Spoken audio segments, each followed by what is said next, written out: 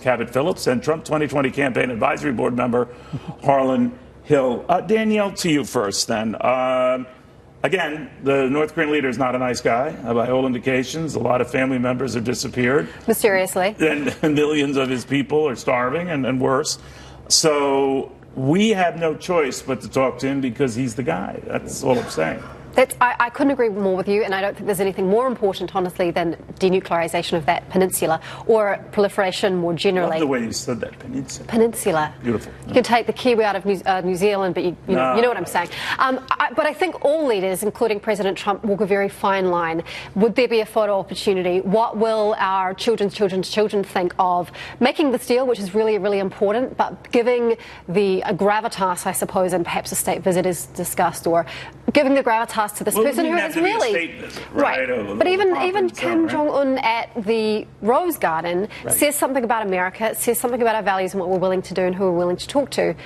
I just think we need to have a conversation about it. It's just not. It's not. And I think we're getting a little ahead of ourselves, aren't we? I mean, they haven't even met for the first time yet. We don't know how these Singapore talks are going to go. And this is how diplomacy works. It's messy. It's not always ideal. And I think for the people that are doubting the way the administration is handling this, these are the same people who a few months ago were saying that if Trump gets elected, that there's going to be a nuclear war breaking out. And things have been going better, undeniably so, than they have for the last 8 years under whatever other form of diplomacy you want to classify the Obama administration as going with. And again, you can't pick who the leader is of each country, and if the ultimate goal is peace, you're not going to go about that by insulting the North Koreans and saying that we're refusing to speak with Kim and that we're going to demand someone else to come. I think this is the right move. If the ultimate goal is peace, I think a respectful dialogue being opened is probably the right way to do that. What do you think, Carl?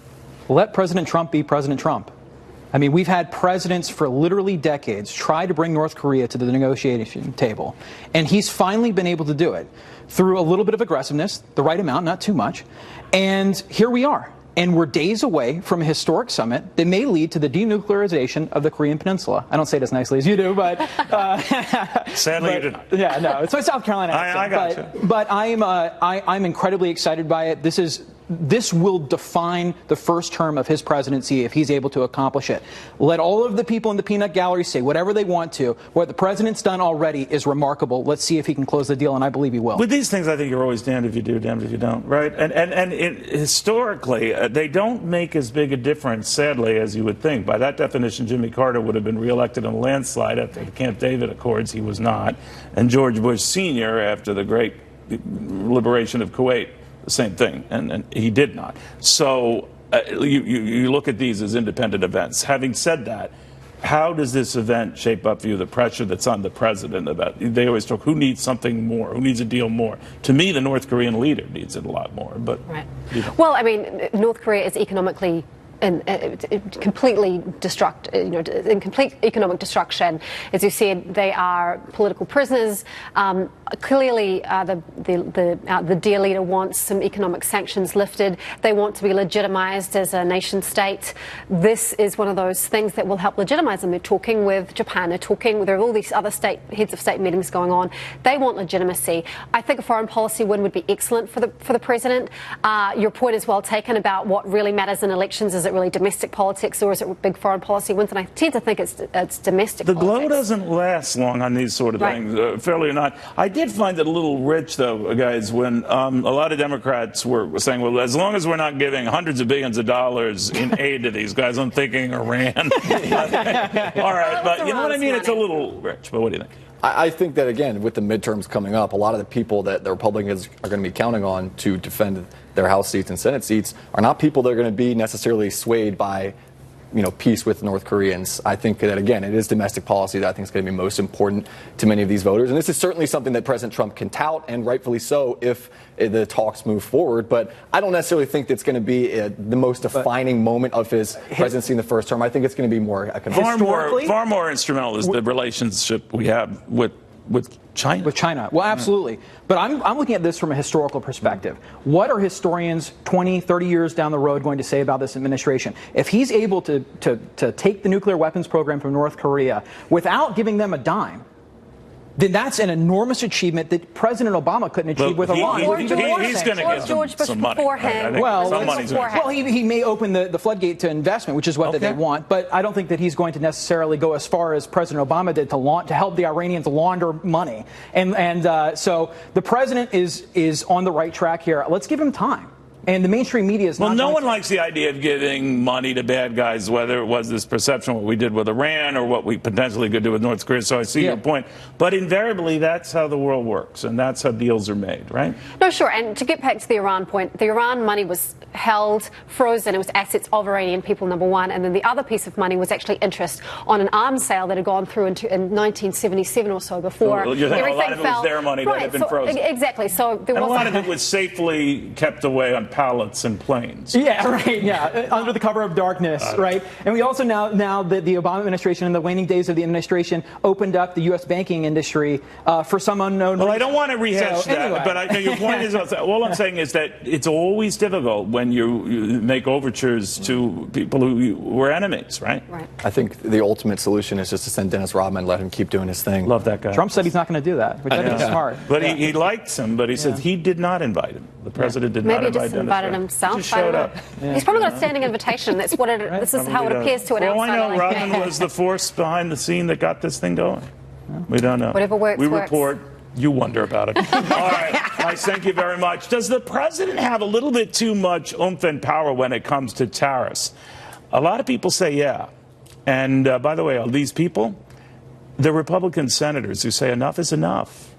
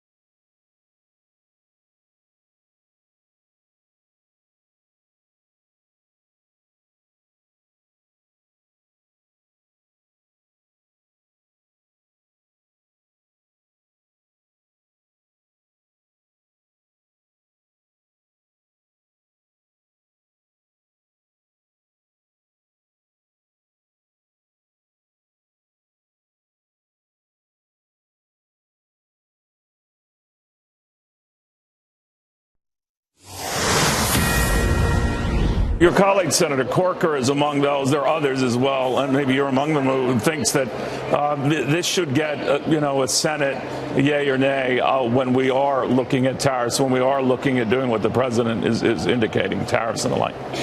I'm always a believer in Congress recouping its power, taking its power back. We have given up too much power to the president, so I'm always in favor of trying to gain that power back. All right.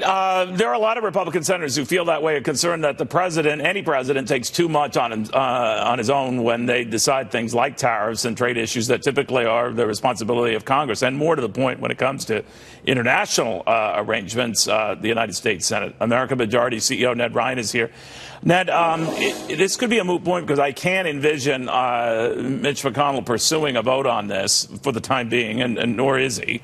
Right. But I'm wondering what you make of it and whether the president can overstep his boundaries, because I want you to flip it around if it were a Democratic president considering doing the same.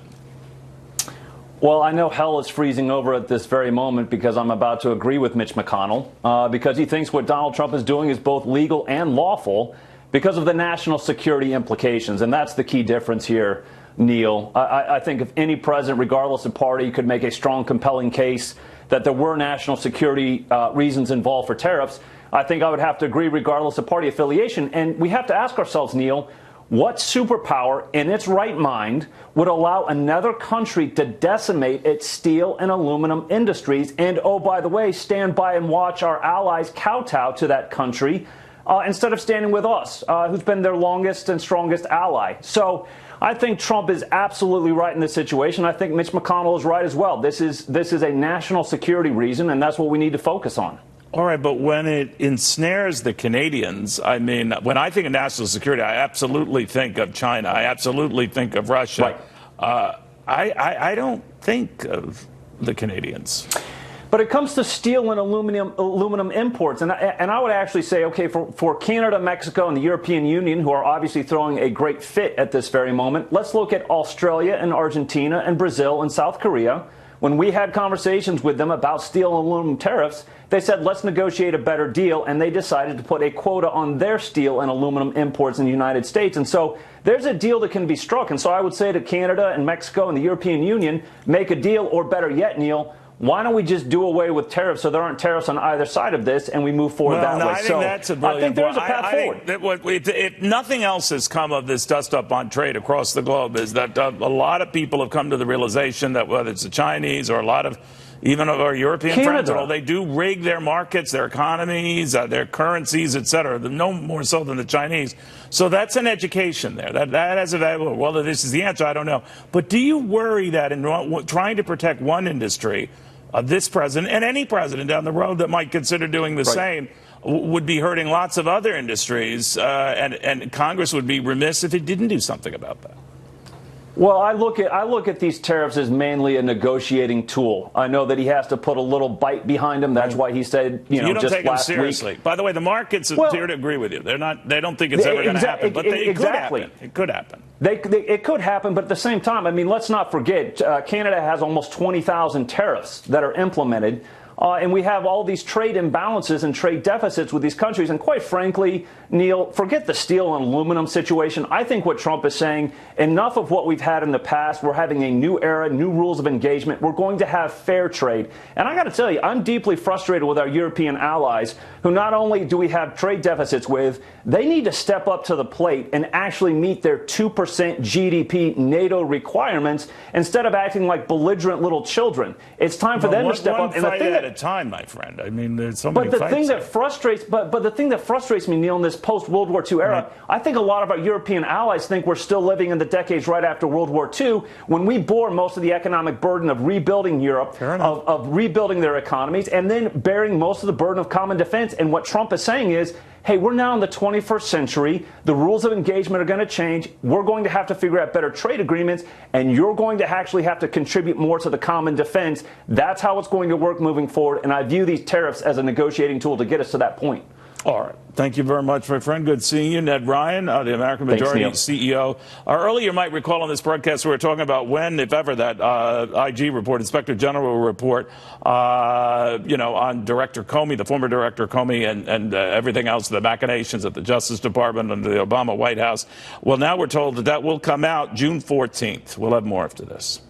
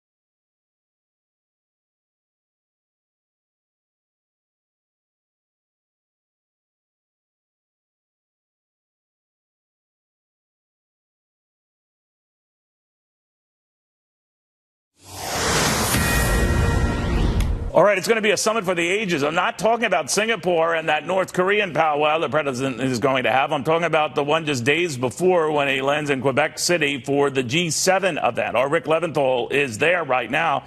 And I guess they're bracing for a little bit of a storm, huh? Well, there could be protests, Neil. There's a lot of uncertainty about how bad they might get, but store owners want to protect their investments, so we've seen a lot of them boarding up here in the Old City. There's 4 in a row behind me, a couple more across the street, and we're told some have installed anti-shatter film on the front glass. A few blocks away, concrete blocks and high fencing now sealing off the media filing center from possible large-scale protests that could turn ugly. Quebec City has seen violent mass demonstrations before. Back in 2001, during the Summit of the Americas, 30 to 50,000 protesters staged violent clashes with riot police, unleashing tear gas and rubber bullets with damages estimated in the millions of dollars and hundreds of people arrested. This time the meetings are being held 88 miles northeast of the city in the resort town of La Malbaie and Charlevoix. It's a remote location, much easier to protect with just one road in and out. There will be thousands of officers there, part of an integrated security unit. Miles of fencing have already been constructed, checkpoints installed, and a red zone created, sealing off the world leaders and entourages.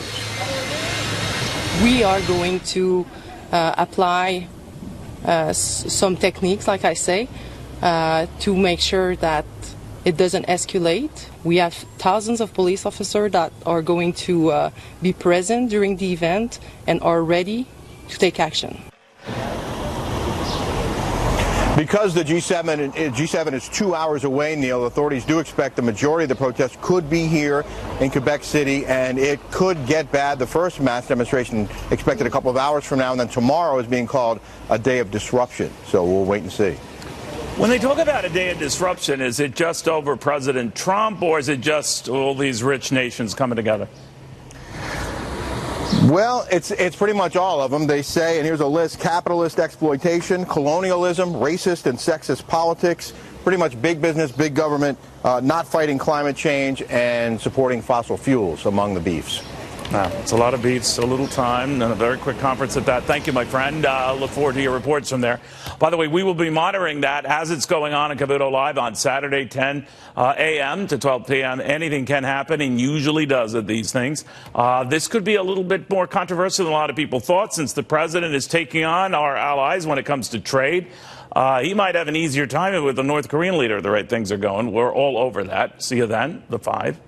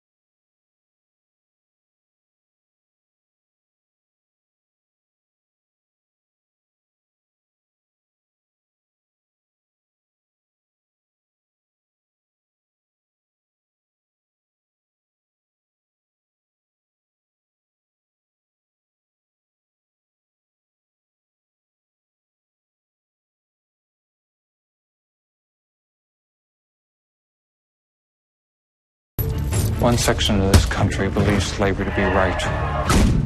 The other believes it to be wrong. That's where the fight is here. We must act out of faith, not fear.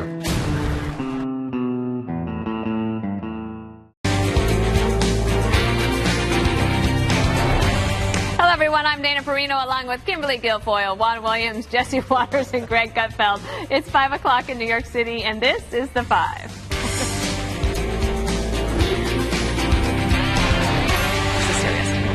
A flood of news stories are fueling the debate over immigration in America. Republican lawmakers meeting today to try and settle a battle over the party's path forward on this issue. Speaker Paul Ryan commenting afterwards. We just had a very productive conference meeting in the House Republican Conference to discuss solutions to our broken immigration system. This is a conversation that will continue, and hopefully we can find a path ahead that is consistent with the 4 pillars that the president laid out. New Department of Homeland Security data for May showing a surge in the number of family and unaccompanied minor border crossing arrests. Those numbers rising significantly compared to the same time last year. This all coming as the acting ICE director is pushing back against liberal criticism with some surprising information. If you look at our numbers last year, 72% of everybody arrested was a convicted criminal. If you look at criminal history, those that were either convicted or pending criminal charges, 89% of everybody we arrested last year had a criminal history. That's 9 out of 10.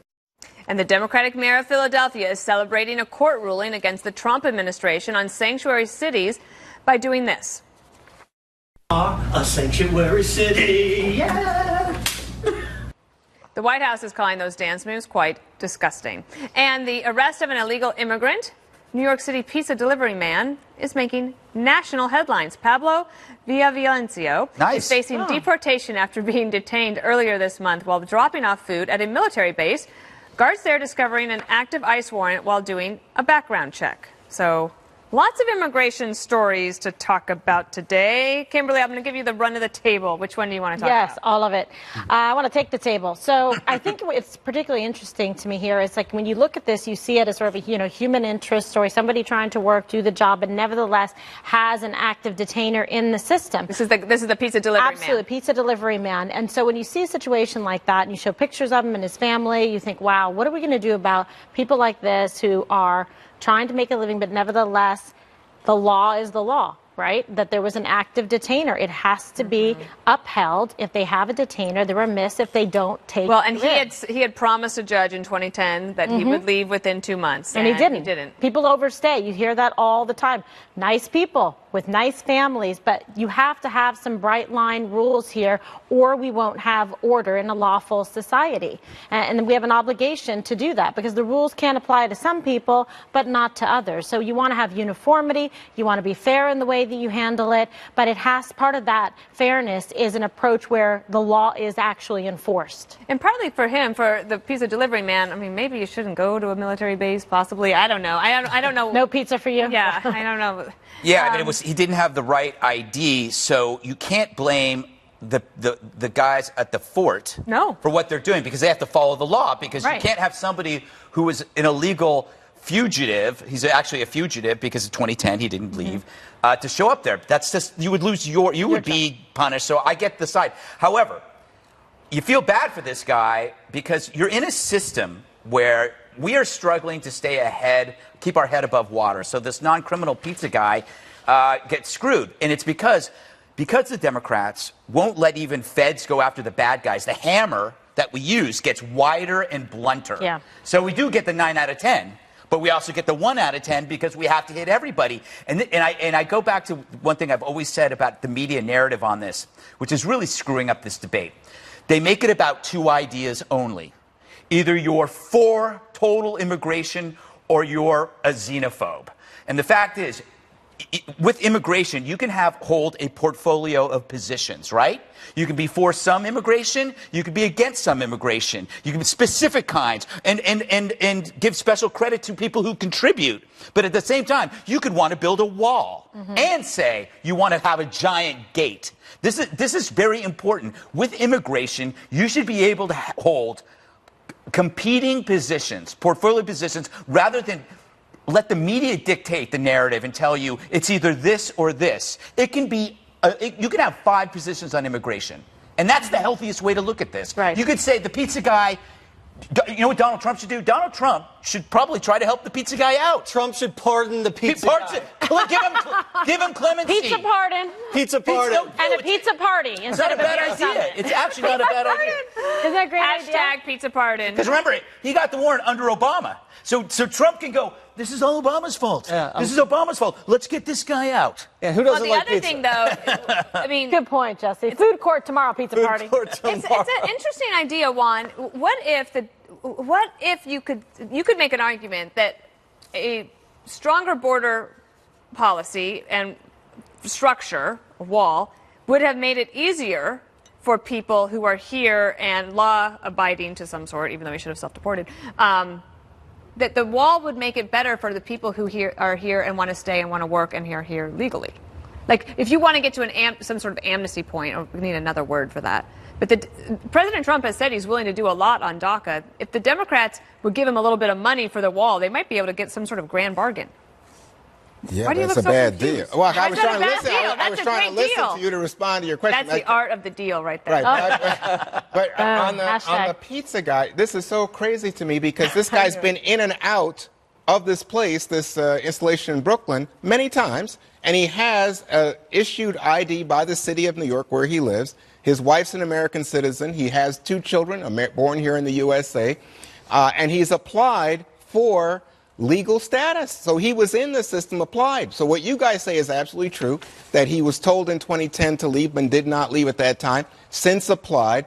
And all that we have here is, oh, there's a new security guard who didn't recognize him even though he's delivered pizza there repeatedly. And then that guy, when the police come and say, well, there's no big deal here, they say, no, we're going to really have to call ICE, right? So all of a sudden it becomes politicized and this poor little guy gets squished. And I just think, to me, this is an example of how things go out of control. But I don't know if it was let me finish. The politicized. point is, he was just following the rules. No, it's not following the rules. No, the They're new going security guy overboard. was following the rules. No, the security guard went overboard, Jesse, by suddenly getting ICE involved. Is this guy a threat? This is He like would Trump not saying, consider that. "Oh, please, this going is like overboard." He would consider that following the rules. That's not following any rules. There was no rule requiring him to call ICE. This, to my mind, to pick up on the jokes that are being made, this is like Trump saying, oh, we're going to impose tariffs on Canada because they burned down the White House, when in fact it was the British. It's totally confused. And Greg, you can have wasn't many Canada different... in an alliance with Yes. the British? Yeah, but they weren't. Canada didn't burn down the Small White detail. House. Small fact. Why talk about fake news? You're going to have Canada burning down the White House in 1814. Wait, how did we get off Do you need a history track? lesson, Juan? I think the Canadians were in alliance with the British. Yeah, I don't Holy think- smokes indeed. Oh, yeah, Jesse, but let me just say, blame it on the French. Blame it on the French. have many positions on French-Canadians. immigration. Right. And in fact, I think the news of the day is what we just heard from Paul Ryan, which is says, oh, yeah, we're going to have a vote. But the problem is that the far right of the Republican Party, the Freedom Caucus, thinks in terms that Dana was objecting to, where everything is amnesty. If you make a deal, it's amnesty. The moderates are simply saying, let's work on something But didn't the that Dems would allow want a TW on legitimate this? reform system to take hold in this country with regard to more than 10 million.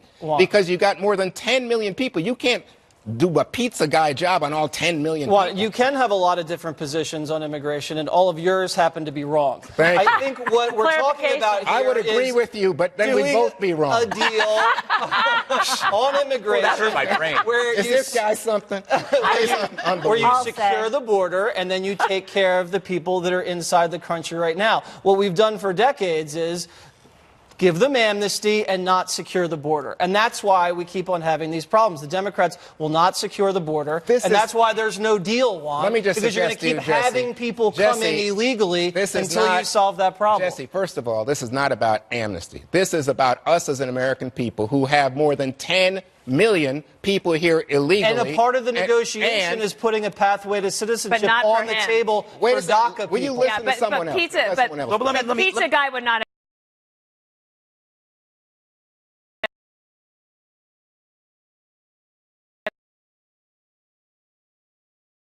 Introducing his path to citizenship, call it Donald DACA, make it simple, straightforward, clear path for the good and for the people who contribute. Whether you enlist in the Army, whether you're a guy who's working, who has no prison criminal record and has a family, and you can still build that wall because you want the wall, you want the gate. But that's not just good politics. That is good policy. And that's what we want because, again, Eric Weinstein makes this point that mass immigration advocates depend on a false narrative that all restrictions are xenophobic, when in fact you can love other cultures but believe in restrictions because it helps jobs in other countries keep the talent from leaving and helps for jobs in this country so other people can get jobs. Well, the other thing is that the President Trump can do if he does Donald DACA and all of those things. He should dare the conservatives and the Freedom Caucus to go against him. Yeah. I mean, let's see how that goes, Kimberly. Yeah, and pull him, absolutely. I think it's a great strategy, and he's been very successful at doing this type of thing where people wouldn't necessarily think he'd champion an issue. He takes it, he makes it his own, and he markets it and puts it forward. And I think this is a really good opportunity because this has been such an intractable issue for years and years and years, but there is a motivation and interest from the public to be able to do something about it, right? Because it's rife with problems in terms of sanctuary cities. You've got people that, going crazy about that. You see so many divide and division in California over it. You've got law and justice saying, listen, we need some help here. We want to enforce the law, but we also want to show that we're doing so in a meaningful way that appreciates people who are ordinarily and for the most part law-abiding, that want to contribute, and we would also like your tax dollars. The question then is, because I think so much of what you're saying is rational, I just think, well, if Donald Trump was to do this, he would anger the people that Dana's talking about because but they can't win against immigrants. him. I'm sorry? But they can't win against him. Yeah. Yes, they will. He has no problem because taking off these people. He's angering people with the free trade stuff right now.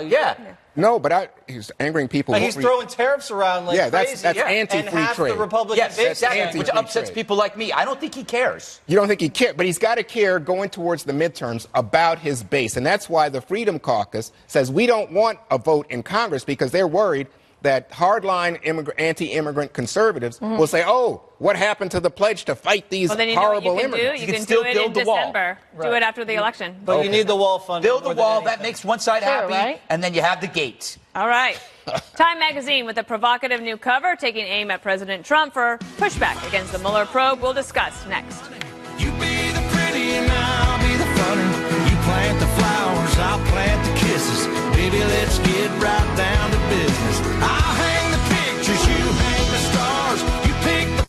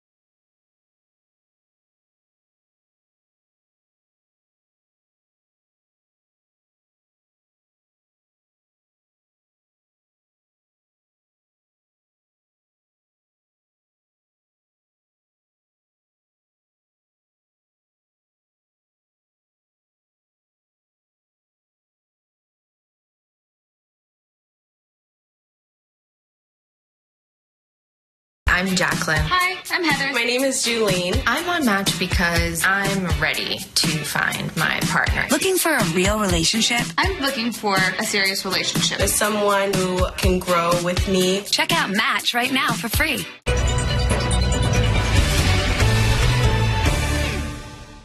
Did you know that 1/3 of Americans are affected by cybercrime? Every time you're online, your private information can be stolen, sold, or exploited. That's why you need NordVPN. Prevent hackers seeing your transaction details, protect your family's online activity, and keep your personal details safe by preventing your information from being tracked online. NordVPN. Protect your family with military-grade encryption on up to 6 devices from just $4 per month at nordvpn.com/TV today. Life is forgetting that extra screw, moving your boxes into the pavement, a workout that doesn't quite work out. No matter what happens, the Thumbtack app can help. We'll find you local pros for the job. See their prices and reviews. Even chat with pros right in the app. Download the free app or go to thumbtack.com today.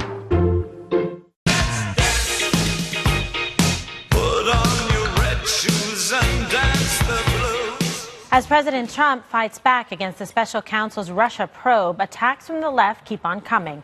Check out the newest cover of Time magazine depicting the president as a king for pushing back against the investigation. The president's lawyer, Rudy Giuliani, is also continuing to go after Mueller's team. They are a group of 13 highly partisan Democrats that make up the Mueller team, excluding him, are trying very, very hard to frame him, to get him in trouble when he hasn't done anything wrong. Now, they may not know they're doing it. They may not realize they're doing it. But they can't emotionally come to grips with the fact that this whole thing of Russian collusion didn't happen. Okay, so Rudy Giuliani, the president's lawyer, Jesse, pushing back against this whole, notion, actually has been quite verbal, quite vocal, and public, coming out and making these comments over the last few weeks. Yeah, I've told you my theory on this. The people in the government under Obama in that spring were using the Trump people as bait. They thought the Russians were trying to, play fast and loose and try to mess with the election. So they sent out a bunch of traps and they tried to lure the Russians in to collude. And they found out Russians didn't really bite. There was not a lot of hacking done with the Trump people and the Russians. They never even took the server. There was never any really hard evidence of collusion. So then all of a sudden you get around to the next spring, and when Trump fires Comey, that just justifies this entire collusion investigation, because we've never seen any evidence of the collusion. We have seen evidence of massive stonewalling from the Department of Justice and the FBI. They won't allow any interviews to take place with the FBI agents. We still can't get the Flynn documents. Papadopoulos apparently never even committed perjury about when he said he met this so-called Russian professor. He was instead jammed by Mueller to say they were going to charge him with being a spy for Israel. That's what he pled to. And we haven't seen any documents with regards to the spy. We haven't seen any documents with regard to the FISA warrant. Only some people have seen it. And then Strzok. Where's Strzok? All we know about Strzok now, he had more of a role in this entire thing with the Clinton investigation and the Trump investigation. There's a lot of answers on that side that still I'd like to know. You've been asking where is Strzok for quite some time. You said on Hannity last night, where is Strzok? I should have shown up at his doorstep with a camera, old school Waters World style. Missed opportunity, man. I know. All right. Dana, so what do you make of Rudy's message? He's obviously the president's lawyer, but he's going out strong in terms of being aggressive against the Mueller investigation. What do you think of that approach?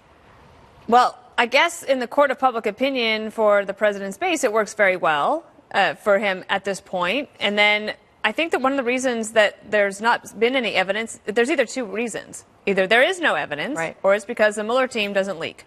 And I don't think we know the answer to that. And the president has so much on his plate right now that I think if he's talking about North Korea like he did today, and letting Rudy Giuliani, if he wants to have his lawyer out there talking about this, that's probably a better idea than him talking about it. Greg, you are a highly acclaimed, not just in your own mind, magazine editor. That is way true. back. Yes. That is true, Kimberly. So what do you think about this cover? Well, I believe that Time officially has become a high school newspaper. It is. Let's try these out. Then Dana would be the editor. Time is officially thinner than Joy Reid's explanation for her blog posts. Pretty thin. Pretty thin. Time magazine is thinner than Brian Stelter's hairline. Ooh. Very thin. Very mean. Time magazine is thinner than CNN's lead over the Cartoon Network. Oh. You like that one? Rough. Thinner than the plot for a porn movie. Pass. By the way, don't know. Also in CNN's the same wheelhouse. people that are accusing Donald Trump of being like a king were probably the same people, kneeling before Obama for 8 years. So this is what I don't blame Time, because this is what you do when you're out of power. They're just admitting that they're part of the team that is out of power. They're no longer. Remember a time when you were growing up? Yes, it was so important. It was great. It was like so you did little book reports on Time. Yes. You take it to school. You used it in speech team. Exactly. Time is out of time. Time is out of It's time. run out. All right. So, Juan, what do you make of this cover? I mean, the president has a right to be able to defend himself and push back. He says he's innocent. He hasn't done anything wrong. So what's wrong with sticking up for yourself? You've been falsely accused. You guys must have missed the news. I understand why, because you're busy with all this blabbering. Oh, but the news is that Giuliani said the president can pardon himself. Now, gee, does that sound like an autocrat? Does that sound like a king to anybody? We do that on Monday. We did. No, but you must have missed it because we have an entire discussion about why a major American media company would put that image on the cover. And you're like, well, I think they're just picking on him. Oh, those crazy Democrats, terrible elite media. Oh, no reason for this. The president's just defending himself. Defending himself. First of all, is Giuliani really a lawyer, or is he just the pit bull out there to make a lot of noise for the base? Because I mean, be both. You can be I don't both. get it. I don't understand. It's very simple to The second thing to say is the president's out there tweeting today, oh, these guys are terrible. They're a bunch of Democrats. Wait a minute. You can't check on these lawyers. It would be illegal for Mueller to check on the political donations or credentials. But the media already did that. They've done it, but it's not his job. He got the best lawyers. And They just all happen to be Democrats. Well, they are. What do you want me to tell you? Oh, no And good Republican lawyers out there. I didn't say that. I just said he if you would've got picked people evenly, you with might have had a few expertise Republicans. to serve his purposes. Well, Mueller Now, is a Republican. in name fact, only. Mueller's a Republican, Oh, that's what and they the say guy about who anybody appointed him, that disagrees. They said Rosenstein's a about Comey. Republican. Oh, gosh. Oh, my God. Comey's a But the leaker in big the library. point, I thought that was the last point. No, it it wasn't. wasn't. I'll tell you the last point. Blabbering. The last point Loaves is and fishes keeps making more. is that Giuliani is really trying to make this a contest of public opinion, right? So it's not about the law. He says when we get a report coming from the Mueller investigation, and now it looks like that's likely to come in September before the midterms. Oh, well then it's up to the public to say, ignore it.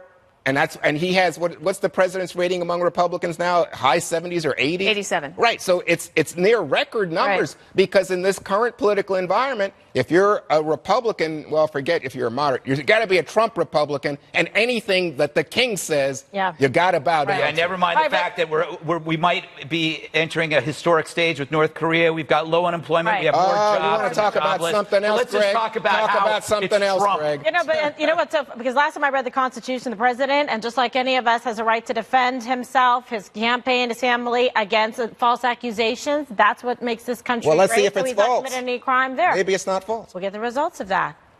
President Trump keeps the pressure on Kim Jong-un to denuclearize ahead of the North Korea summit. All the latest next.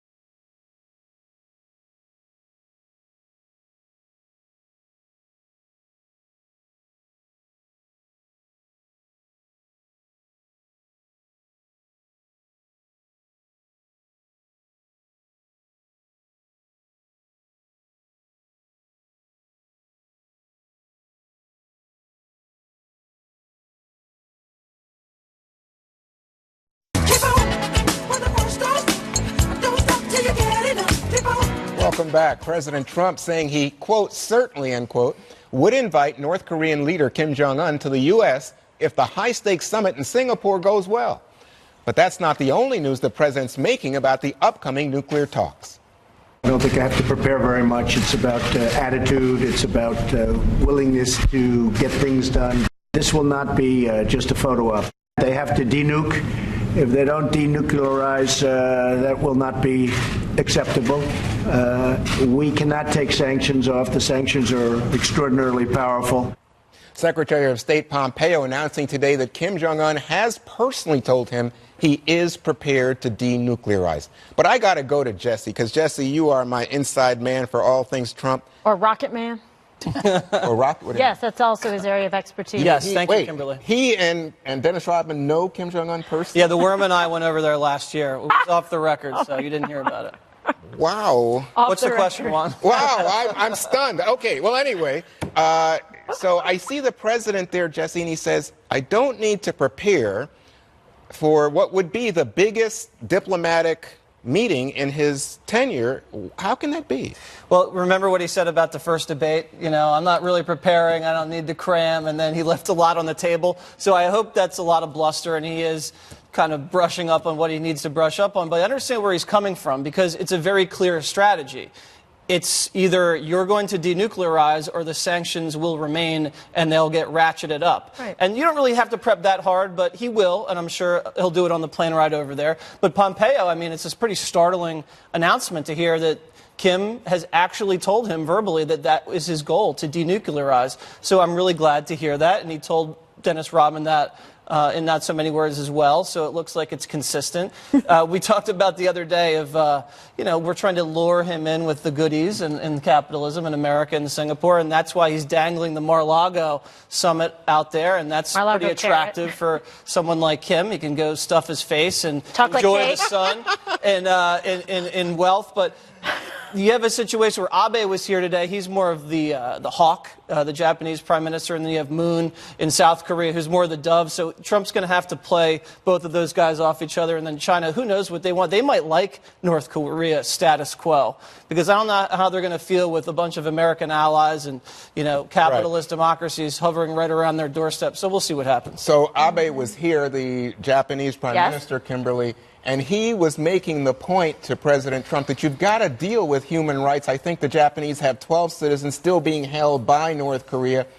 Is that on the table, or is that really just being nice to the visiting Japanese prime minister? No, I don't think, I think he likes him quite, much. He has a really good relationship with him. He's spoken to him probably about 20 times, since President Trump has become president. So this is a significant relationship that they have established. They get along very well, which is always helpful in terms of international diplomatic relations.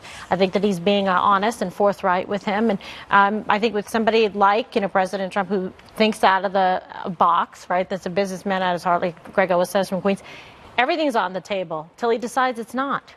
So we don't know. Yeah, but that's part of the mystery of the negotiation, is that they're always left a little bit off bounds because they're not entirely sure, because he could agree or do just about Obama, anything. I think, tied the hostages to the Iran deal a little bit. I think when the cash went over, those hostages came back the same day. Well, I don't want to say Not all of them. high bars. Not all of them. Yeah.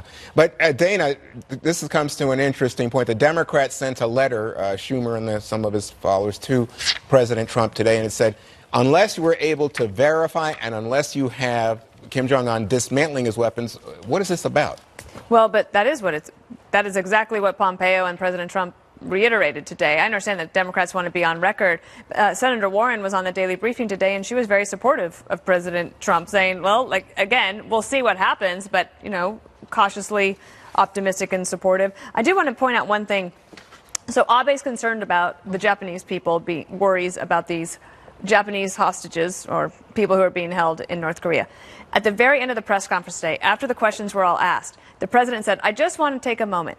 And he mentions Otto Warmbier and the family and the other 3 hostages. And I'm not positive, but I have a feeling that might have been a strategic move, because Kim Jong-un and his people are analyzing all of this. And if they think that it would help them to get the president to give them more, because the Japanese would be more satisfied with whatever deal is coming, if they got their people back as well, I think that it might have been a little bit of a signal. 100%. That sounds great. So, Greg, the hard question comes for you. Yes. Because we go back to our friend Rudy Giuliani. Yes. And Rudy says, oh, that Kim Jong-un, little rocket man, right, Kimberly? Yes. And your friend, Jesse, is on his knees and begging.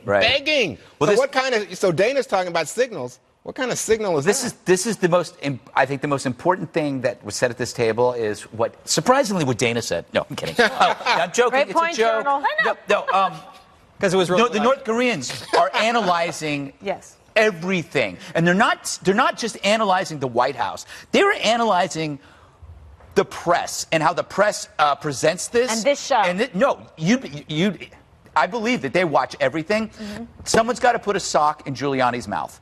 Because the fact is, he's kicking over a sandcastle here. There's been a lot of stuff being built that could happen and could lead to something historic. And you're going around and you're saying this kind of junk. It undermines the progress that set this table, because this table is a process. It's about dealing with the client. It's about having respect. Even if you think he's a bad egg, you've got to at least work it towards a solution. If North Korea works, it points to an interesting future. Could be a domino effect. It could be the next. It could be Iran is next. Maybe it could be Venezuela, though I doubt it. But I think Iran is probably next up, because you can kind of see a certain kind of thaw going on there. And and the barrier to all of this was the belief that you could end up like Libya. And that's the thing. Is like what Trump is trying to say in making clear. That's not what we want. This is not about a regime change. This is about a reduced threat. In return for the reduced threat, you get a seat at the most plentiful table on earth. And that's why it's important about the messages. But that was the thing, that when John Bolton talked about the Libya model, it wasn't the later Libya model. It was the initial Libya model, which is that he gave up his chemical and nuclear ambitions because of what happened to Saddam Hussein. Right. And then what happened is... And then later on, there was the Arab Spring. And you got to make sure that doesn't... You got to... These people have to understand that's not what we're doing. The other thing is... Rudy, can I add one thing? Oh, sure. Go ahead. Just to Greg's point about how they are analyzing everything. I will always look at the Wall Street Journal trending stories. The number one story for 3 days in a row has been Giuliani's comments that Kim Jong-un was begging on his knees for the summit to take place. So if the Wall Street Journal makes it to Pyongyang, they'll see it. Yeah, totally. Yeah, by the way, Rudy, it wasn't me. It wasn't me. I didn't say put a sock in your mouth. It wasn't me. I did. I did, because it's for the good of the world. It's the good of the world. Oh, yeah. Well, then maybe how about, Spygate was made up. You could use that one too, Rudy. I think that they're dangling the Mar-a-Lago thing too, because he wants to come. He loves Dennis Rodman. He loves U.S. But I think I would actually have a hard time with that if this is a guy who is so evil and I know human rights isn't on the table on Tuesday, but it better be out. I don't even think that's... Before the control room sends me to North Korea, Google caves to pressure from its employees. Is the tech giant putting political correctness before national security? A Gregory monologue. Next. That was like a story in the Daily Beast.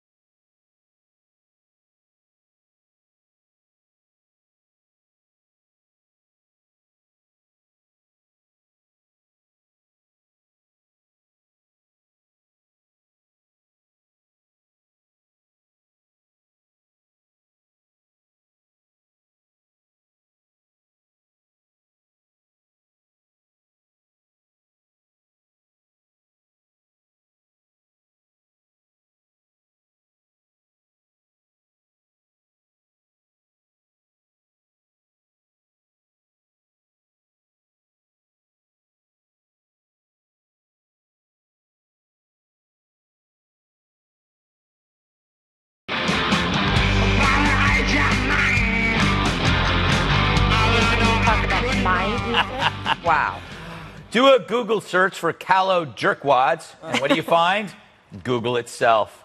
We told you how thousands of their employees signed a letter protesting Google's work with Project Maven, an effort to make our drones more precise so civilian lives are spared. It's a good thing. Now Google has pulled out of the project under pressure from those workers. Apparently, doing anything connected to our military, which protects the lives of those same pasty workers at Google, it's just bad for their brand. But Google, you know what's bad for your brand? You. Your motto used to be, don't be evil. But isn't what you just did kind of the opposite? And yet, while deciding not to help our military with their AI, you invest fortunes in other countries' AI. What do you think they're going to do with that? D-Day being yesterday, that's the opposite of good timing. Now, I'm not going to call you traitorous. You're just scared. You're scared because in this day and age, among your peers, helping Uncle Sam is helping the oppressor. Oh, you love the wealth, but now dismiss those who enable and protect it. How removed you become from the ideas your parents and their parents and their parents fought for. The decision Google made is one, of course, that they can make. But it's foolish and harmful. As drones become an inevitable part of our defenses and our enemies' offenses, Google made a choice. Maybe we should do the same. Dana, it drives me crazy. It's hard to, you can't just say I'm no longer using Google. Right. Because then all of a sudden I'm going to Google other options. And Bing pops up. Bing. Does Bing still work? I don't know. I use Ask Jeeves. Does anybody still use that? I use Alta Vista Digital. It's a little different.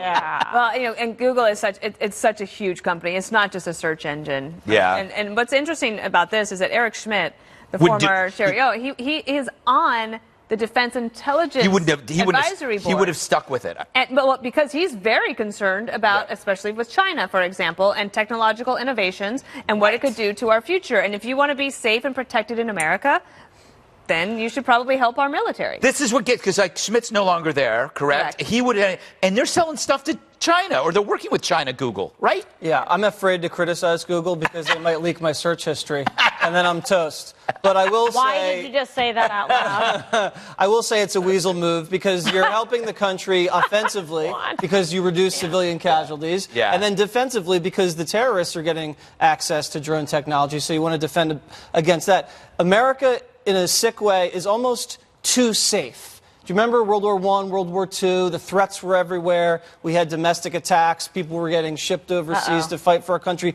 We're so far removed from that. We don't have the sense of patriotism and nationalism that we used to. We can afford to, let these things slide and not protect the nation like it used to be protected. We need to be more worried about clear and present danger, is what you're saying, in terms of an imminent threat, or actually more on high alert about something, to say, you know what, we really do want to do whatever it takes to keep ourselves safe, like after 9/11, when people we had that were after willing. 9/11. They had the wherewithal to be able to say, you know what, I'm open to this because I want to make sure that this does not happen again. So then there runs the risk of times, passing, and you become a little bit complacent, or you feel a little bit too safe. Right.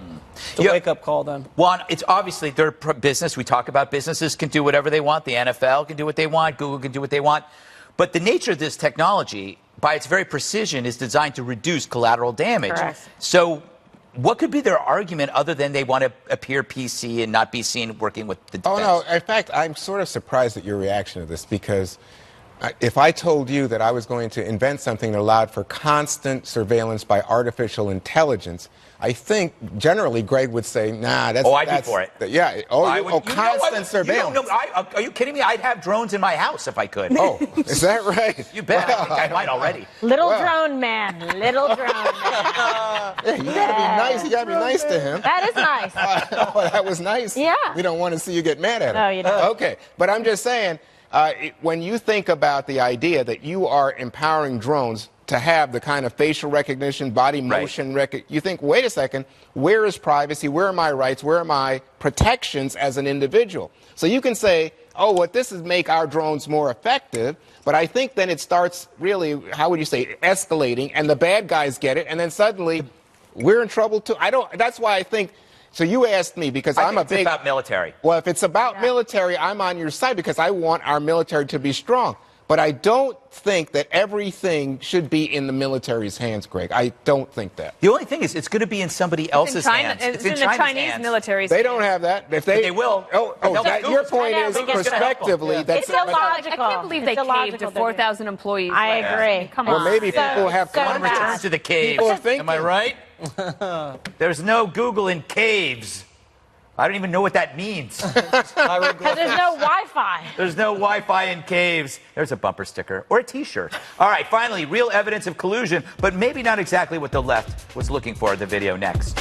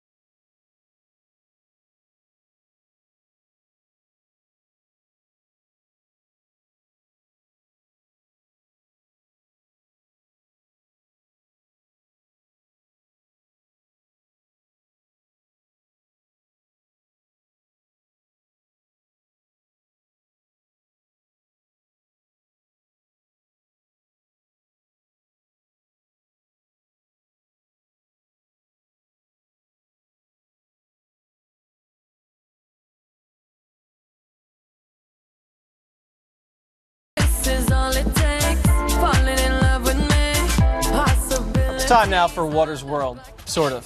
Some politicians have been mocked for their use of H2O. Remember Marco Rubio's infamous parched moment during the State of the Union response? President Trump also taking heat for some of his thirst-quenching ways, like when he drank from a Fiji bottle and when he used two hands to hold a glass of water. But now a new Watergate is going viral. Really funny. Watch as Vice President Pence apparently mimics President Trump as they both inexplicably moved their water bottles off the table at yesterday's FEMA meeting. Now, that's what we call real collusion. So what the heck's going on here, Greg? All right, so I'm not going to blame you for this, but the word inexplicably is in there. It's in every single story about this. If you look it up, it's in headlines. Inexplicably, hilariously. I accuse the people that are covering this story of what they're accusing Pence of Collusion. doing. No, they're saying, oh, look at Pence copying Trump. Meanwhile, every headline and everything written is actually, they're copying. So Someone needs a thesaurus. I call them the real colluders. You understand, though. I mean, he's getting a lot of photographs taken of him, Dana. Maybe he just doesn't want a big, ugly plastic Poland Spring water bottle in front of him. Yeah, maybe. I don't know. It is a pretty funny video, though, because it's like he doesn't even miss a beat. He sees it. He just moves it. Yeah, that's right. Juan, you probably have a problem with this, right? I think it's silly, but I mean, you know what's true though is mimicry. So if you're the big dog and you do something, then your loyal assistant. Who's Deputy Dog's assistant there? I don't know, Yogi and Boo Boo. Right. Maybe Boo Boo says, "Hey, I got to do what Yogi just did." I love Boo Boo. You love Boo Boo. Well, I do. Did you also notice that FLOTUS and POTUS both have the little blue caps, and everyone else has white caps, so they have their water separated from everyone else. Ooh, that's very cute. See, everyone else is just missing. Eagle Eye Kimberly. Yes, winning it a detective. Yeah, you're like the North Koreans analyzing every little move. Well, my name What is does that Kim. mean? What does that mean? I am a Kim. The other Kim. Little Kim. Yes. You're the killer, Kim. That's true. You ever seen the president, though? He gets sent at the table and he goes like this. He goes, Yes. pushes everything out, spreads it Well, all guess out, what? Also, moves it around. It's to his- establish dominance, Juan. Oh Is my that God. right? Are you You want to copying that? expand your space, and also, since he has all these wild gesticulations, Oh my he's going to God. knock things Don't over. knock so you got to make Dana room. in Who does that the remind nose. you of? You? Mr. Me? Yes. What are you Never doing knocked that on over water. purpose? When you were talking about manspread, I afraid we were going to get into Ew. men's rooms. On that Oh, note, that's it. one Control more thing room. up next. Pull the cord. Megan, you were 10 seconds.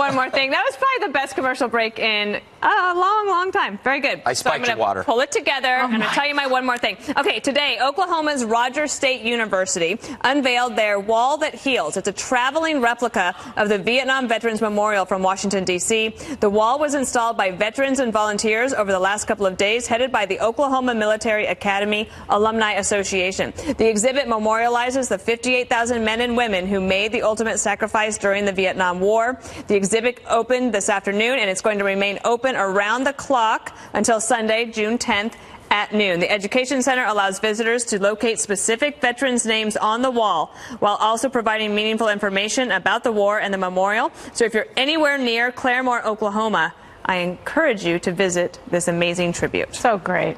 All right, Juan. Well, talk about a night at the ballpark. In Boston last night, it was a doubleheader of oddities. Take a look. First, this video of a fan running on the field at Fenway.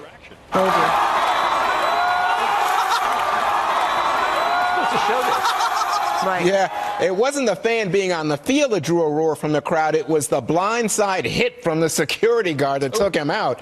But that's not all. In the 7th inning, the game was stopped because fans were doing the wave with cell phone lights that were distracting Detroit's hitters. Just another night at the Opera in Boston. It was baseball, though, not opera. Thank you, Greg. Wow. Jesse. Keen observer, huh? Everybody buckle up. We got some great footage for you from Ohio. Look at this guy on camera. He doesn't feel like hitting that traffic jam, so he reverses it all the way off the off-ramp, all the way back there, back it up, and avoids traffic. Total illegal move, and actually gets away with it. Can you believe that? He got away with it? He got away with that. And some people can get away with anything. Wrong. They think it's J.R. Smith, Juan. We went the wrong way. Yeah. Oh, my God. I think that's a football reference. That's a basketball. Basketball. Close enough. I was close. I was very close. Greg. All right. I can see this. Greg's thirsty squirrel news. Of course. All right, let's go to this tape. I want you to check out this squirrel. Check out how thirsty he is. You know, why is this squirrel thirsty, you ask? I'll tell you why. Because that squirrel is in the Grand Canyon. And when you're a squirrel, it's a really Grand Canyon. It's just a lot bigger for him than it is for us. Yeah. The average human is 60 times larger than a squirrel. I made that up. But the Grand Canyon is 60 times larger for this little fella. But you know how you said that they're not supposed to show people running on the field? You're not supposed to show this either. Oh, this is really, really bad. That's nuts. Bad. Visitors to the Grand Canyon, do not feed the animals, do not water the animals. Let them die is what Dana's saying. Well, let them die. Let nature run its course. If they can't find the water. What kind of monster are you? Let nature run its course. Dana's right, you know. People get hurt. If people get bit and stuff, then you'll come back to you, Greg. By a squirrel? Yes. Yeah, you want rabies from a squirrel? No. All right, KG. Well, perhaps not. Okay, well, this is super adorable. So this is a photo op that was 90 years in the making. Look at that little cutie-patootie. Original Gerber baby poses with the current Gerber baby in this photo you see. And Lucas Warren is the new Gerber baby. And we brought this story back to you in February, made headlines when he became the first Gerber baby with Down syndrome. And now he is stealing the show again, but he's brought a friend. And take a look at her. That's Ann Turner Cook, the original Gerber baby, posing with him in an adorable photo. It's gone viral. Now remember, she's now 91, but she was 4 months old in 1927 when a family friend made the charcoal sketch of her, and she was chosen to be, in 1931, the baby Gerber, which is just the cutest. And she never got a lot of attention for that, like through her life. It was only more recently. Yeah, the Warren family was vacationing near Cook, and then they asked Gerber to set it up. I love that. How cute is that, right? All right, that's a pretty fun show. Set your DVRs. Never miss an episode of The Five. Special report is up next. Shannon, I apologize. I don't have a rhyme. Over to you. Great to see you anyway, Dana. Thank you so much. We begin with a Fox News alert. I'm Shannon Bremen for Brett Baer. We now know when the Justice Department Inspector General intends to release his report on the Hillary Clinton email investigation. That date is June 14th. More on that in just a minute, but first tonight, President Trump says he's ready to walk away from the Kim Jong-un summit. But he says he believes the North Korean leader wants to to do something big. The president made the comments following a meeting with Japan's prime minister. Chief White House correspondent John Roberts starts us off tonight. Good evening, John. Shannon, good evening to you. President Trump is downplaying expectations for next week, saying one meeting likely won't end decades of enmity, even hatred between the two countries. But he is bullish about the prospects of making progress. In the Rose Garden with Japan's Prime Minister today, President Trump was optimistic but realistic about the chances of success at next week's summit with Kim Jong-un. We have the potential to do something incredible for the world. I am totally prepared to walk. It could happen. Maybe it won't be necessary. I hope it won't be necessary to walk. President Trump also revealed that if the summit goes well, Kim could be headed to Washington. And I think it would be well received. I think he would look at it very favorably, so I think that could happen. Would it be here at the White House or at Mar-a-Lago? Maybe we'll start with the White House. What do you think? But there is a long way to go to get there. President Trump today said next week's meeting is just the beginning, that it may take 2 or 3 meetings with Kim to build momentum towards an agreement. The president again insisted the only deal he will agree to is for Kim to give up his weapons program. They have to denuke. If they don't denuclearize, that will not be acceptable. In the briefing room today, Secretary of State Mike Pompeo said Kim personally assured him in 2 meetings that he is prepared to denuclearize, but that the old rules can't apply. He understands that we can't do it the way we've done it before, that this has to be big and bold, and we have to agree to making major changes. President Trump added if Kim does it, the rewards will be bountiful. Are you willing to move down the road toward normalizing relationships, normalizing relations with North Korea? Normalizing relations is something that I would expect to do, I would hope to do when everything's complete. We would certainly hope to do that. But even as momentum is building toward next Tuesday's meeting, a potential hiccup. On a trip to Israel, the president's outside counsel, Rudy Giuliani, let loose on Kim Jong-un, saying after the president sent that letter canceling the meeting, Kim came crawling back. We said, well, we're not going to have a summit under those circumstances. Well, Kim Jong-un got back on his hands and knees and begged for it, which is exactly the position you want to put him in. White House officials nervously watched for a negative reaction out of North Korea. Secretary of State Pompeo today played down the comments and their significance. I took him as being a small room and not being serious about the comments. I think it was a bit in jest. Rudy doesn't speak for the administration when it comes to this negotiation and this set of issues. In the Rose Garden, President Trump also said he and Kim may sign an agreement to finally end the Korean War, though he indicated a peace deal likely won't be ready in time for next week's meeting.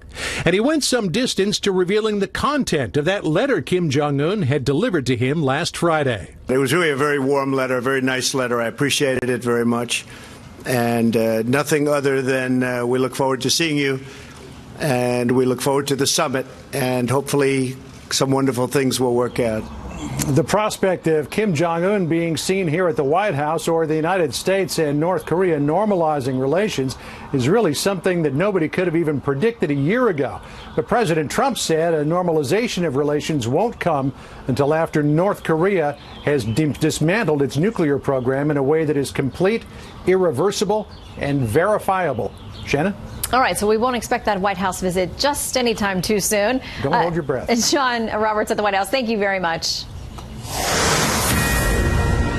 This is another Fox News alert. We expect we will find out 1 week from today what the Justice Department Inspector General has determined about the FBI investigation into Hillary Clinton's email scandal.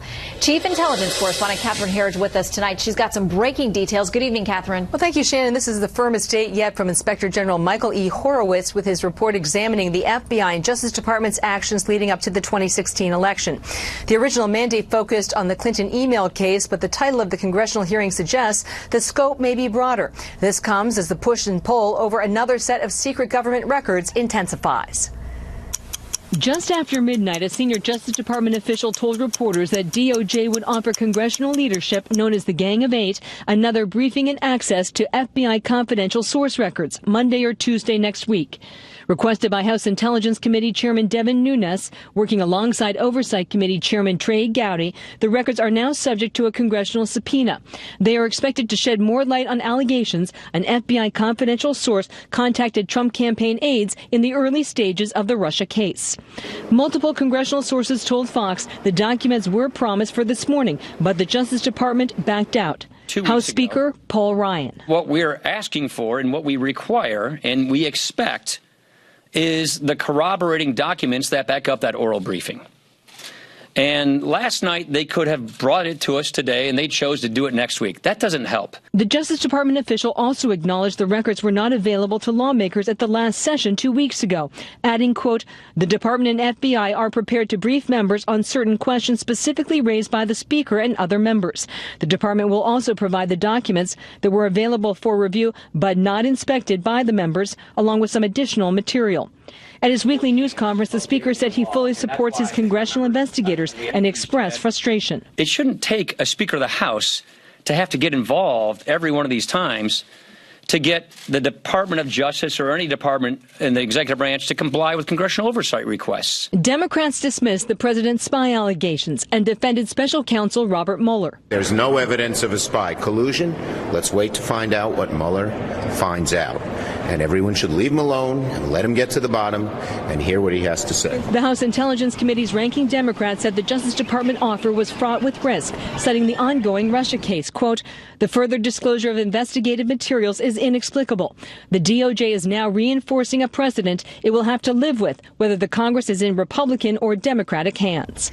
Former Justice Department officials said the struggle comes down to powerful competing interests, robust congressional oversight versus the department's need to protect ongoing investigations. Shannon. Catherine Herridge, thank you very much. Well, stocks were mixed today. The Dow gained 95. The S&P 500 was off 2. NASDAQ lost 54. An analysis of a new government plan to raise rents in public housing would mean increases of roughly 20% in the nation's largest cities. That's according to the Associated Press. The Department of Housing and Urban Development announced the plan in April. Supporters say the increases will motivate renters to get more and better jobs. Critics say it will be a huge blow to millions of low-income families. The White House is launching its first public service campaign with a series of new advertisements aimed at warning young people about the dangers of opioids. The ads are part of an effort to turn the tide against the deadly epidemic. The campaign consists of true stories of young people who have battled addiction. The ads will air on television and across digital and social media platforms. Republicans struggling to find consensus on immigration reform huddled today in the Capitol basement.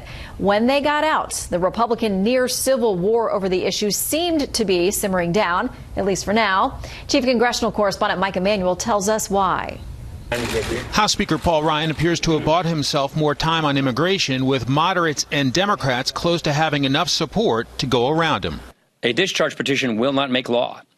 So I think our members realize it's better to have a process that has a chance of going into law than not. A powerful committee chair says Ryan was successful. I believe that was pretty loud and clear that will be not go forward. Ryan tried to get his colleagues to rally around President Trump's ideas. The conversation we had this morning about the president's 4 pillars, which also has a DACA solution within it, is the most optimistic, plausible chance of getting into law. Yet a Florida Republican has local concerns and says he is tired of promises. I'm holding out on signing a discharge petition until I can get some public guarantee that we're going to take a guest worker program that helps not only our ag communities, our construction communities, and our service communities. We need that labor.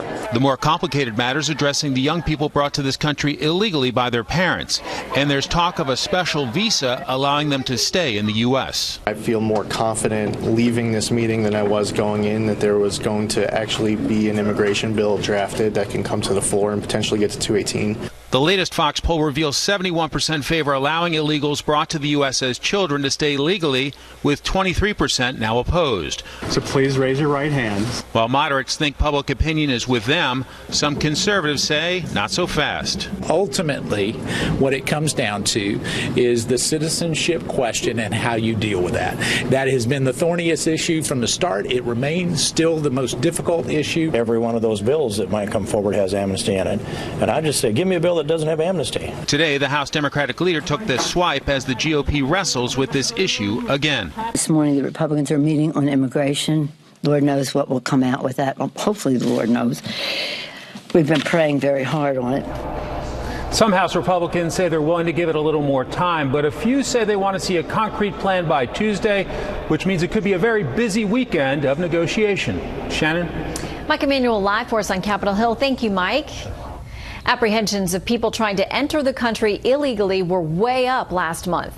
That includes a more than 400% increase in families over the same time last year. From Los Angeles, national correspondent William Lajeunesse looks at the numbers tonight and what they mean. So how long has he been on the road? 22 days from Honduras, traveling. A spike in illegal immigration, with new numbers from the Department of Homeland Security showing border arrests almost triple a year ago. My men and women in the Border Patrol have been making the apprehensions.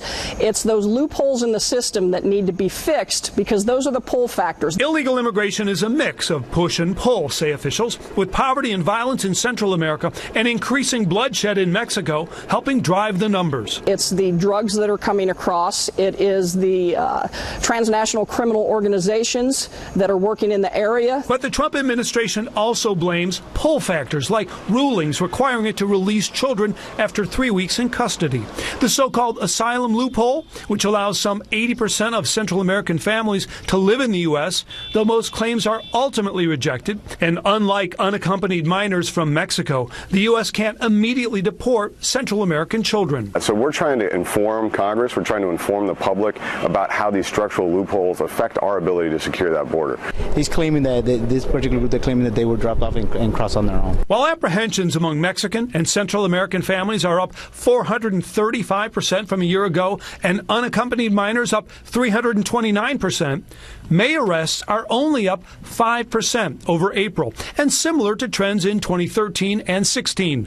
The difference is apprehensions early last year fell to near all-time lows in the wake of President Trump's election. Officials say it is too early to judge the president's anti-immigration policies by these numbers, since many immigrants were already on their way before his pledge to prosecute all adults and separate parents from children detained along the border. Shannon?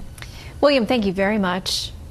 The U.S. and China have reached a deal allowing the Chinese telecommunication giant ZTE to stay in business in exchange for paying an additional $1 billion in fines and agreeing to let U.S. regulators monitor its operations. The fine comes on top of a roughly $1 billion penalty ZTE has already paid for having sold equipment to North Korea and Iran in violation of U.S. sanctions. In April, the Commerce Department essentially dealt the company a death sentence over the violations. Well, President Trump intervened, seeking a deal that would save ZTE and the jobs it provides to Chinese workers. China is promising to help get to the bottom of another round of illnesses affecting American diplomats. It's a case with similarities to one affecting Americans in Cuba. Correspondent Garrett Tenney takes a look. I don't think it's going to be isolated to just a couple of people. There may even be a link. They clearly were attacked in 2 different countries now. A mysterious illness is once again striking U.S. diplomats, this time in China. The State Department says it's evacuated a number of Americans from the U.S. consulate in Guangzhou after they experienced unexplained health issues. The diplomats reported subtle and unusual sensations of sound and pressure, which caused symptoms similar to those of a traumatic brain injury, nausea, headaches, hearing loss, and other cognitive issues. State Department spokeswoman Heather Nauert said those individuals returned to the U.S. for further evaluation and a comprehensive assessment of their symptoms. They are only the latest diplomats to have this kind of experience. Last month, when the first medical incident in China was reported, Secretary of State Mike Pompeo said it was very similar to the recent health attacks on U.S. personnel in Cuba. We are working to figure out what took place both in Havana and now in China as well. Those answers have been hard to come by. At least 24 diplomats suffered traumatic brain damage from the attacks in Havana. The AP reports several of the Americans confirmed they often heard high-frequency sounds such as this one. More than a year after the FBI opened an investigation into those incidents, U.S. officials still aren't sure what caused the injuries or who was responsible. Today, China's foreign ministry said its own investigation into last month's suspected sonic attack turned up empty as well. We have not found any organization or individual who conducted such an attack. In other words, we have not found any cause or clue that led to the situation mentioned by the U.S. This week, the State Department announced the creation of a new intra-agency task force to respond to the unexplained health incidents that have affected U.S. diplomats and their families overseas. The unit combines representatives from the Pentagon, the Justice Department, and Health and Human Services, among others, with the hope of treating and investigating those incidents. Shannon? Garrett Tenney, thank you very much. Up next, the horror of the Las Vegas massacre. We will see and hear what happened. First, here's what some of our Fox affiliates around the country are covering tonight. Fox 2 in St. Louis, as 250,000 union workers at United Parcel Service prepare to go on strike if contract negotiations fall through. More than 90% of the workers approved the right to strike in a vote Tuesday. The current deal expires at the end of July. Fox 5 in New York, as the New Jersey Assembly unanimously approves a bill that would legalize sports betting. The measure now goes to the state Senate, which also is expected to approve it, and then to the desk of Democratic Governor Phil Murphy. It's unclear whether he will sign it into law. And this is a live look at Honolulu from Fox 2. The big story there tonight, a magnitude 5.6 earthquake has struck the summit of the Kilauea volcano. It sent a plume of ash and rock about 10,000 feet into the sky. The quake came just hours after a U.S. Geological Survey scientist said another eruption was imminent. That is tonight's live look outside the Beltway from Special Report. We'll be right back.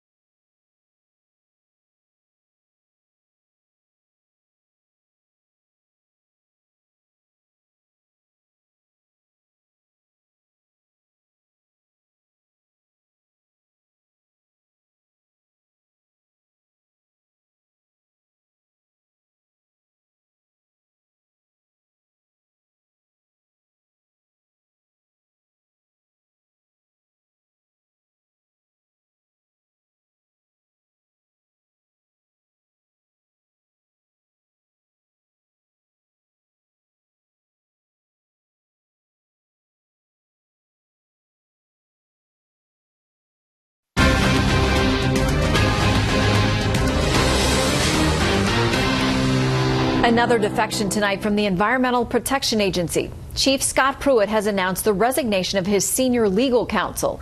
It comes following yesterday's resignation of his scheduler. And those follow several others out the door since April amid barrages of ethics complaints and federal inquiries. Well, we're seeing and hearing more terrifying images and sounds from the worst mass shooting in modern American history. Chief Correspondent Jonathan Hunt tonight with new recordings from last fall's massacre in Las Vegas.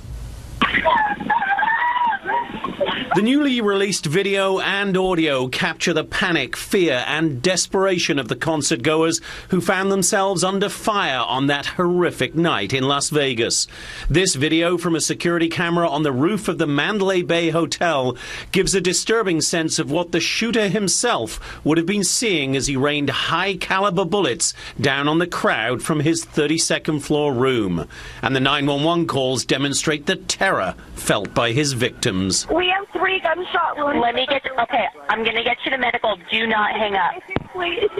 Do not hang up. 2 of them are critical. I haven't moved in a while. The rooftop security camera videos also give a sense of the heroism of those who, with little apparent regard to their own safety, stop to help others who might be injured or even dead. This is the 5th batch of records released by Clark County Sheriff Joe Lombardo. To the frustration of many, he has done so without commenting, without giving any significant updates on the investigation. The FBI has also declined to comment. And it seems the bottom line is we might never know what drove the shooter to do what he did.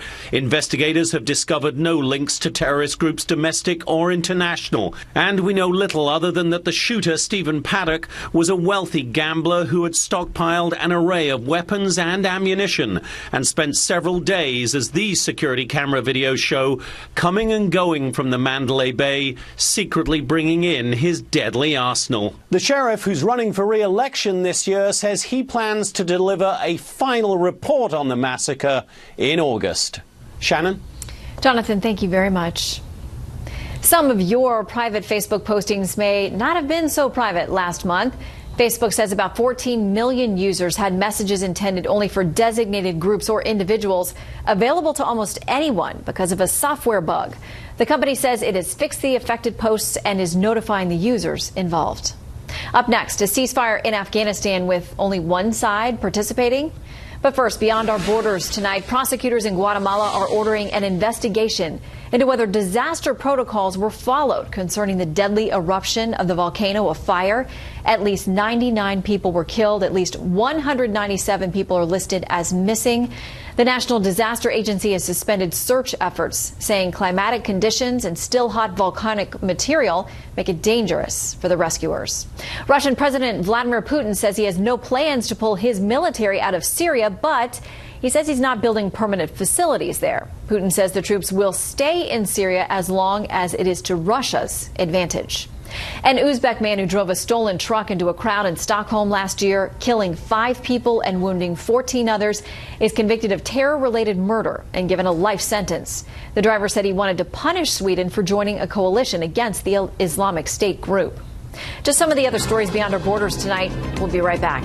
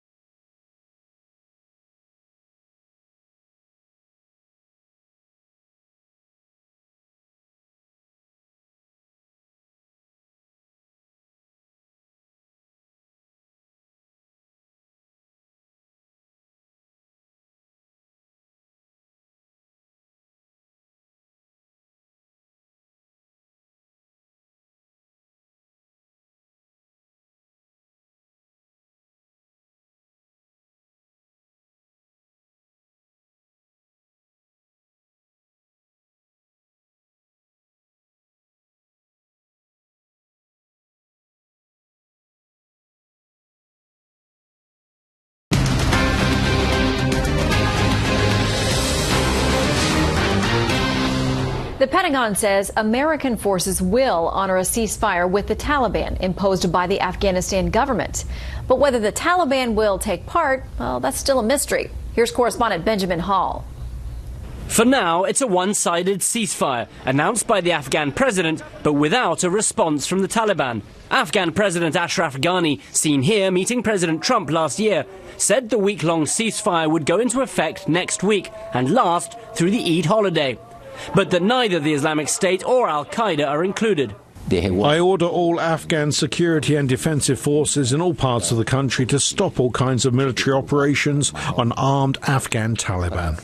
It comes at a time when the US has increased its troop presence in the country, and General Nicholson, commander of US and NATO forces in Afghanistan, has said that US troops would honor the Afghan president's call. Secretary Pompeo issued a statement saying that ceasefire did not prohibit operations to defend coalition forces from attack, adding that the United States looked to the Taliban to honor the ceasefire. But there has been no response yet from the terror group, who now threatens 70% of the country. The ceasefire was called after religious clerics met in the grand tent of tribal leaders to denounce terrorism. They demanded the Taliban restore peace to allow foreign troops to leave the country, and they issued a fatwa, a religious edict, against suicide bombings. Highlighting the difficulties ahead, a suicide bomber for the Islamic State then targeted the meeting, killing 14 and wounding 20. There was a huge blast that rocked this area. I lay on the ground for a while, and then I went to the site of the blast and saw many dead bodies. This ceasefire is unexpected. It's seen by some as a strategic move to try and get the Taliban to the negotiating table, but it's seen by others as a strategic mistake which will allow the Taliban to regroup and rearm. Shannon? Benjamin Hall, thank you very much. The Israeli military says it dropped leaflets across the Gaza Strip today, warning residents to stay far from the Israeli border during a mass protest. Military officials are expecting a large turnout at Friday's demonstration, raising the likelihood of violence and bloodshed. More than 115 Palestinians have been killed by Israeli fire during these near-weekly protests. Tonight, we continue our ongoing series about the dangers of U.S. waste disposal at American military bases in the Middle East. This evening, correspondent Leah Gabriel talks with one of the men who was assigned the task of trying to clean things up. This is bad. It's bad. In 2005, Army Lieutenant Colonel Dan Brewer, an environmental officer for the multinational force Iraq, was tasked with assessing the disposal of waste in burn pits at military bases in Iraq. Medical waste, syringes, ammunition, weapons, hazardous waste in there. I had one burn pit, they were burning asbestos. In 2006 and 2007, Brewer presented his findings to top officials at the Department of Defense. They were so shocked by what they saw, they sent him further up the chain of command, all the way to General Petraeus. Brewer came up with a solution: incinerators. While not as cost-effective as burn pits, they would mean a far less toxic environment. General Petraeus was, he was for it. But now the problem is in enforcing it. Fox News confirmed with General Petraeus that he approved installation of incinerators, but that it was a tremendous logistical task. He added that it was just one of many issues they were dealing with while trying to turn the tide of the war in Iraq. He emphasized that the need to protect troops in combat was paramount. Brewer says that the response was slow, right up until he left his post as an inspector in 2012. Did the problem continue? Yep. CENTCOM officials tell Fox News that incinerators are currently in place on more developed military bases, but burn pits still exist on remote bases. Our veterans need our help now. Today, congressional hearings were held on burn pits. Both veterans and their families attended. They want the VA to provide assistance and not deny medical coverage. Department of Defense officials were scheduled to attend, but those officials pulled a no-show.